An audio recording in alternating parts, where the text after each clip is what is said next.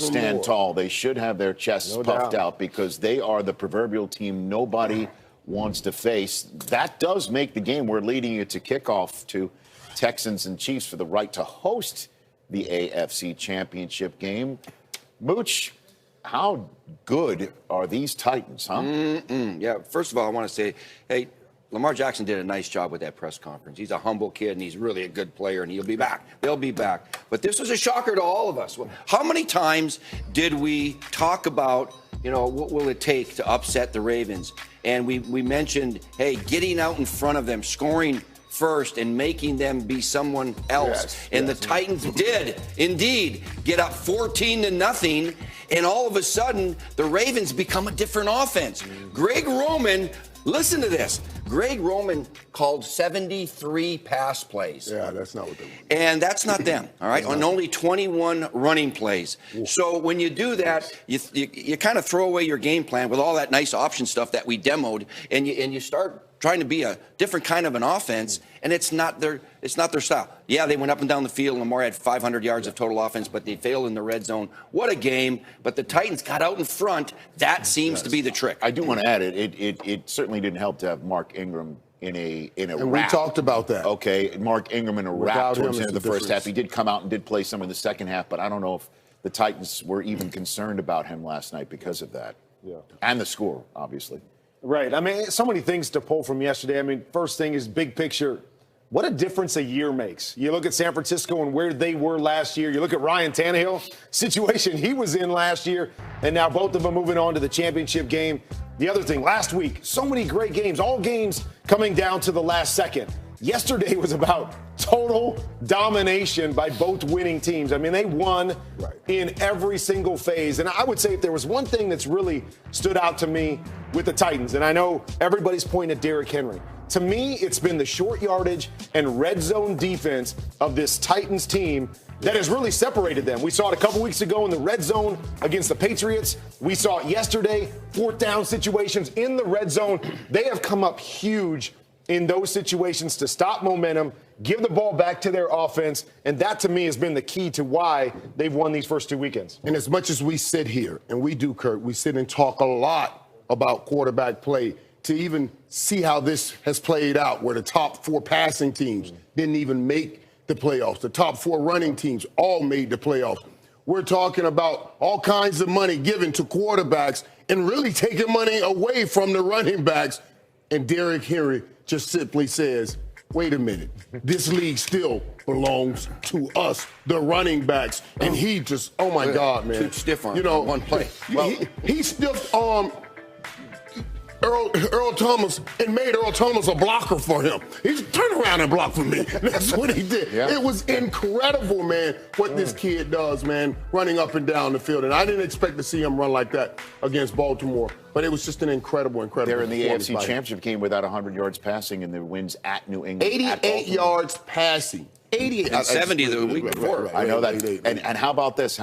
Ryan Tannehill acquired by the Titans essentially to either back up or provide competition for Marcus Mariota. Acquired, and Miami paying for most of his salary. And look who might show up in the house of the Dolphins in Miami. Look at how much money he's about to make for throwing for 88 yards. Make it up. He's about to make a lot of money, and he threw for 88 yards. He should write a check and give it to Derrick Henry and say, thank you, buddy. Kirk Cousins. And that's the way Kyle Shanahan and John Lynch celebrate the Niners' first playoff victory since 2013. They will be hosting the NFC Championship game for the first time since Jim Harbaugh's first year of 2011. And it will either be Niners-Seahawks Part 3 or a rematch of the Week 12 Sunday night boat race where Green Bay's trying to get a measure of revenge. And then, of course, here come the Titans to the AFC Championship game that could be in Kansas City or in Houston. But for the moment, there's Stacey Dales in Lambeau Field. Take it away, Stacey, on location presented by Lowe's. Good morning, Rich. Crisis averted. There was no snowstorm here in Green Bay last night. And as soon as the stadium knew that, they were here at midnight taking the tarp off the field, which, by the way, feels hard as rock. No snow, very little wind. Temperatures are cold. It's going to be around 20 by kickoff, but it's a beautiful day in Wisconsin for football. Right now, to Omar Ruiz with the Seahawks. Hi, Stacey. Pete Carroll about to coach in his 20th career playoff game, tied for 10th most all time. Matt LaFleur about to make his head coaching debut in the postseason. Both coaches preaching preparation as normal this week. I spoke to Matt LaFleur last night, who told me the best piece of advice he got about coaching in the postseason came from Sean McVay, who told him to enjoy these moments, take a breath, and have some fun. We know they're having fun down in Kansas City. Let's send it down now to Kim Jones with more on the Texans. Stay warm, Omar. You know, these Texans are trying to go where no Houston team has ever gone before. The AFC Championship game. J.J. Watt, not surprisingly, emphasized daily preparation this week. But know this, if they could get a win today, it would be enormous for the Texans and their fans. Now let's send it over to James Palmer with the Chiefs. Well, thanks, Kim. The Chiefs suffered injuries to 2 all-pro players in practice this week. Travis Kelce, a bone bruise to his knee. I'm told he will play. And defensive lineman Chris Jones suffered a calf injury. I'm told they're going to monitor him pregame, but they're optimistic Jones is going to be able to go today. Now let's go outside Arrowhead to Kay Adams. Thank you so much, James Palmer. I'm here with the fantastic Maurice Jones-Drew. The fans are wanting to get back to a Super Bowl. It has been decades. They are craving it, and a trip to the AFC Championship is on the line. If they take down the Texans today, they'll be playing behind us back at home next week for a trip to the Super Bowl.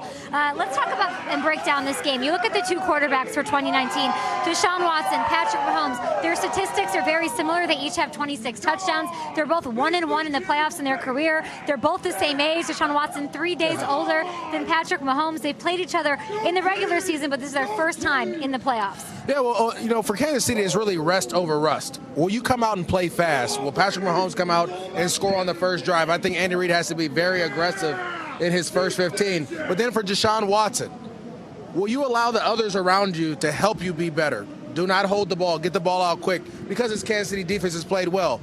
But for me, especially at home, we saw what happened with Baltimore. We've seen what happened with the Niners. Yeah. It's imperative that you come out, you start fast, and you get to running the ball. You end this game as quick as possible. Watching this game last night, you know the Chiefs are watching, you know the Texans are watching. How will that affect them?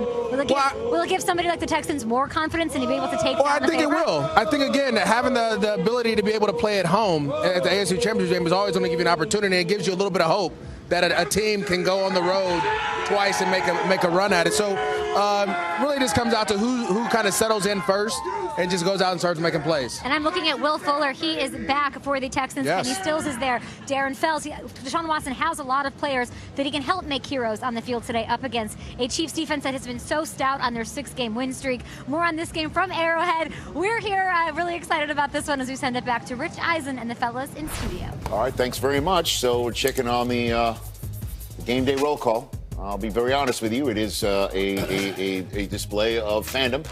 Wow. A little frightening, a little concerning. What is that? I don't know what that is. What is But that? thanks for the heads up, everybody. Appreciate that. MVP of the league is, for the 2nd straight year, one and done. We just beat ourselves. You know, we had I had a lot of mistakes on my behalf. 3 turnovers that shouldn't happen. But you know, they came out to play. You know, we just started off slow. We just got to do better next time. Everybody hate losing. You know, I wanted to win this game. My team wanted to win this game. Coaching staff. Just got to move on. Like I said, get ready for next year.